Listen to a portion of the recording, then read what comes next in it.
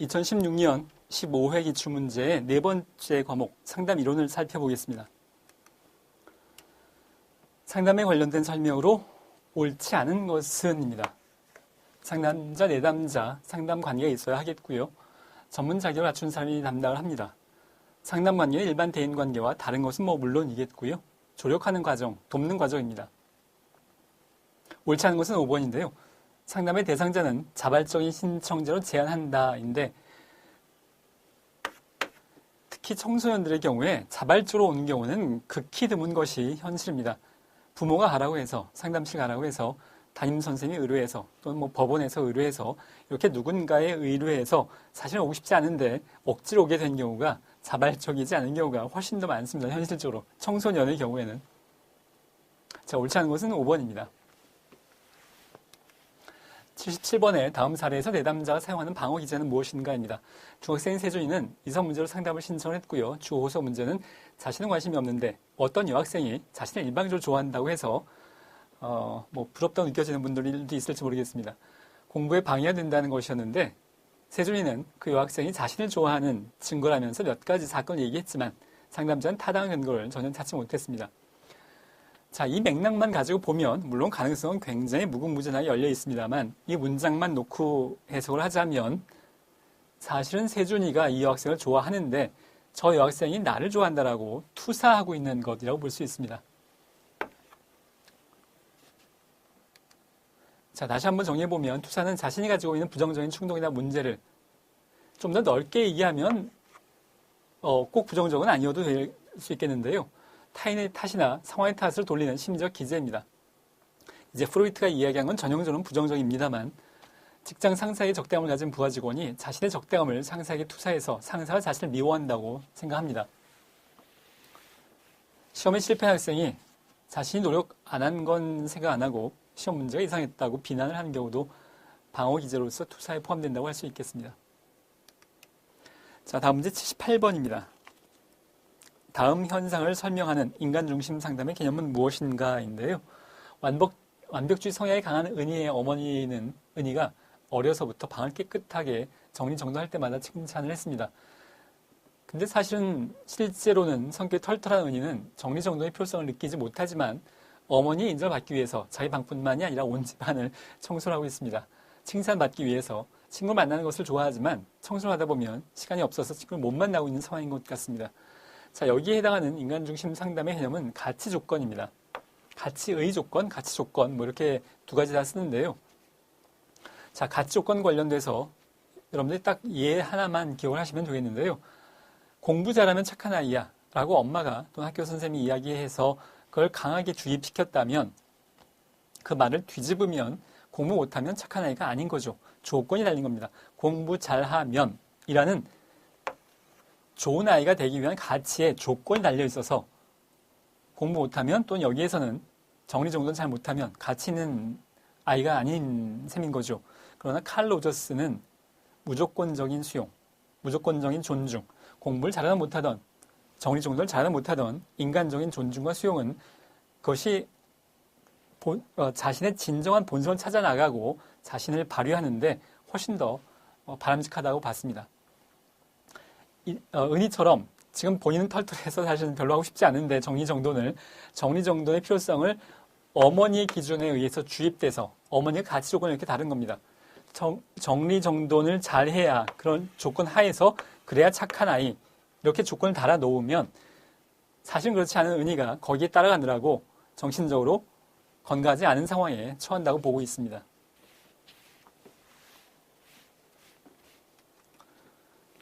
자, 가치 조건을 다시 한번 정리해보면 외부의 긍정적 관심을 받게 되는 특정 행동, 태도, 신념 등을 의미하는 것인데요. 처음에 어린 시절에 영향력이 큰 부모나 보호자로부터 또는 학교 선생님으로부터 긍정적인 존중을 얻기 위해서 노력한 결과로 형성되나 이후에 자신 스스로가 이러한 가치 조건을 내적으로 유지하게 됩니다. 부모가 이제 연세도 들고 어른이 돼서 더 이상 요구하지 않음에도 불구하고 부모의 조건을 자신에 내면화시키면 자기 조건이 되는데 건강하지 못한 상황이 되는 겁니다. 즉 부모나 교사가 조건부의 존중과 애정을 주기 때문에 아동은 긍정적 존중을 받기 위해서 부모와 교사의 가치와 기준을 내면화해서 어른이 돼서도 자기가 정말로 그렇다고 생각하는 겁니다. 사실은 그렇지 않으면서. 개인이 환경으로부터 조건적 존중을 받게 되면 왜곡되고 부정확한 자아상을 형성하게 되고 결국 자기 소외, 즉 정신병리가 정신적인 어려움이 나타난다고 보고 있습니다. 칼 로저스의 이론은 이렇게 설명이 됩니다. 자, 79번에 여성주의 상담의 창안자 가운데서 관계적 문화적 이론을 발전시킨 사람은, 자, 여성주의 상담도 물론 굉장히 여러 명의 그 학자들이 있기 때문에 대부분의 이론서에는 뭐 길리건이라던가 많은 학자가 나오지 않는데요. 관계적 문화적 이론을 발전시킨 학자는 밀러입니다. 밀러의 이론을 좀 더 살펴보면 밀러의 관계적 문화적 이론은 기본적으로 밀러는 인간의 근본적인 동기로서 관계를 중요시했습니다. 물론 관계를 중요시한 상담 이론이 한두 가지가 아니긴 합니다만 밀러도 그렇습니다. 상호적이고 성장적인 관계를 통해서 상대방에게 수용되는 것이 필요한데 여성들이 이기적인 사람으로, 이 부분이 이제 초점 중에 하나입니다. 여성들이 이기적인 사람으로 간주되거나 관계 단절을 경험할 가능성을 두려워해서 남성으로부터 억압적인 관계를 요구받아도 관계가 끊어질까봐 관계를 감수하고 일종의 억압된 관계를 계속 유지한다고 보고 있습니다. 또한 바람직한 관계 형성을 위해서는 다문화적인, 물론 이 다문화라는 것은 인종뿐만이 아니라 여성 문화, 남성 문화 또는 소수 문화를 다 포함합니다.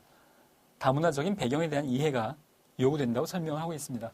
그래서 전반적으로 키워드를 제목에 붙여서 관계적 문화적 이론 이렇게 부르고 있습니다. 자, 80번을 보겠는데요. 다음 사례에서 슬비가 고착되어 있는 심리성적 발달 단계는 무엇인가입니다. 고등학생인 슬비는 돈을 쓰는 것이 아까워서 친구들과 거의 어울리지 않고 있고요. 더욱이 자신이 좋아하는 것도 돈이 아까워서 하지 못하고 있습니다. 이 때문에 친구들과 어울리지 못하고 외로움과 소외감을 느끼지만 돈을 아껴야 한다는 생각을 하고 있고요. 슬비는 외로움이 심해져서 상담실을 찾고 있습니다. 그러니까 돈을 아껴 써야 한다는 생각이 그냥 일반적인 기준 정도가 아니라 아주 지나치게 지금 적용이 되고 있는 건데요. 자, 정답은 항문기인데 내용을 좀 보면, 항문기는 기본적으로 여러분이 알고 있다시피 배설로 생기는 항문자극에 의해서 쾌감을 얻으려는 시기인데, 좀 더 정확하게 이야기하자면 배설뿐만이 아니라 보유하고 있는 것을 통해서도, 그러니까 배출시키지 않고 참고 보유하고 있는 것으로부터 쾌감을 얻는 것도 포함을 시킵니다. 정확히 표현하자면 배변 훈련을 통해서 사회화의 요구에 직면합니다. 2살 정도 내외의 아이들은 이제 배변 훈련을 받게 되죠. 아무 데서나 이제 그 볼일을 보게 되면 야단을 맞기 시작합니다. 참는 훈련을, 배변 훈련을 요구받게 되는데요. 그것을 우리가 다른 말로는 사회화의 요구에 지금 마주치고 있는 셈이죠. 이 시기에 고착되는 경우에, 이 시기를 잘 극복하지 못하고 고착되는 경우에는 결벽증이나 인색함 등에 나타날 수 있는데, 자, 이 항문기에 관련된 이 고착에 관련된 분류로서 사실은 또 굉장히 여러 가지 세부적인 용어들이 있어서 성격을 항문 보유적 성격 또는 항문 공격적 성격, 항문기에 해당하는 건데요. 고착되는 유형이 또 어떤 경우에는 이걸 두 개로 나눠서 항문 강박적 성격, 또 항문 폭발적 성격, 이렇게 여러 가지로 분류를 하게 되는데, 이것이 또 학자마다 굉장히 상이한 분류체를 갖고 있어서 어떤 학자는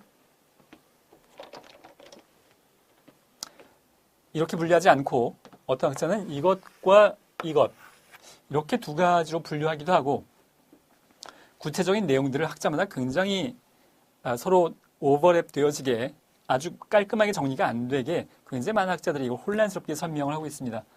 그래서 아마도 제 개인적인 생각으로는 이 내용이 출제가 되지는 않을 것 같은데, 왜냐하면 굉장히 혼란스럽습니다. 이게 단일하게 그 일치된 내용이 아니어서 나오지 않을 거라고 여겨지는데요. 그래서 세부적인 내용은 하지 않겠고요. 자, 인색함과 관련돼서 생각을 해보면 항문 보유적 성격에, 특히 항문 강박적 성격에 해당이 되는 것인데요. 일단 여기 관련된 설명을 좀 해보면, 항문 보유적은 배변 훈련을 지나치게 강하게 받는 겁니다. 부모가 싸면 안 돼, 뭐 이런 것이죠. 그러면 항문 안에 보유하고 있는 겁니다. 대변을. 그것은 이제 싸면 안 돼. 항문 강박적 성격으로 이어질 수 있겠고, 결과적으로 돈을 낭비하지 않는 것과 지금 비유가 되는, 연결되는 맥락입니다. 지금 이 싸고 싶을 때 마음대로 싸면 안 돼. 이 개념이, 이러한 성향이 돈을 쓰고 싶지만 마음대로 쓰면 안 돼. 라는, 보유를 해야 된다라는, 강박적으로 보유해야 된다라는 결벽증이나 인색함으로 나타날 수 있다고 설명을 하고 있습니다. 자, 세부적인 내용은 지금까지 출제된 적이 없고 아마 앞으로도 나오지 않을 것 같은데요. 기본적으로 결벽증이나 인색함 등이 항문기와 관련될 수 있겠다. 특히 항문 보유적에 관련된 내용이다라고 보시면 되겠습니다.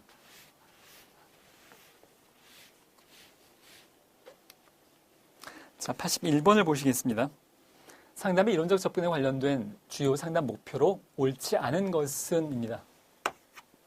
정신분석, 자아기능 강화 맞고요. 인지치료, 왜곡된 인지의 수정 당연히 맞고요. 현실치료, 의미 있는 관계 형성, 행동을 중요하게 생각하는데 기본적으로 5가지의 욕구를 충족하기 위해선 타인과의 관계 형성을 기초로 해서 원활한 의미 있는 관계를 통해서 욕구가 충족이 된다고 보고 있습니다.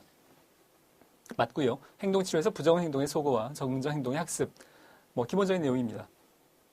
옳지 않은 것은 5번인데 실존치료에서 생활양식의 이해를 통한 공동체감 형성. 자, 이런 키워드들, 생활양식, 공동체감 형성. 전형적인 아들러의 개인 심리 상담에서 주장하고 있는 핵심적인 아이디어입니다.